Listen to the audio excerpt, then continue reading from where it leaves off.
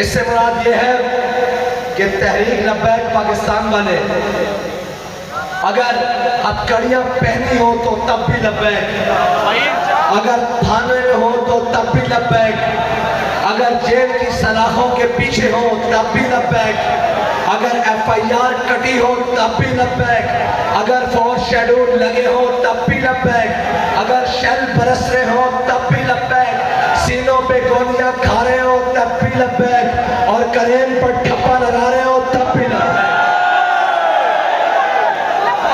لبیک لبیک یا رسول اللہ، لبیک لبیک لبیک یا رسول اللہ، لبیک لبیک لبیک یا رسول اللہ، لبیک۔ اس کا مطلب ہے تیری نگاہ ناز سے دونوں مراد پا گئے،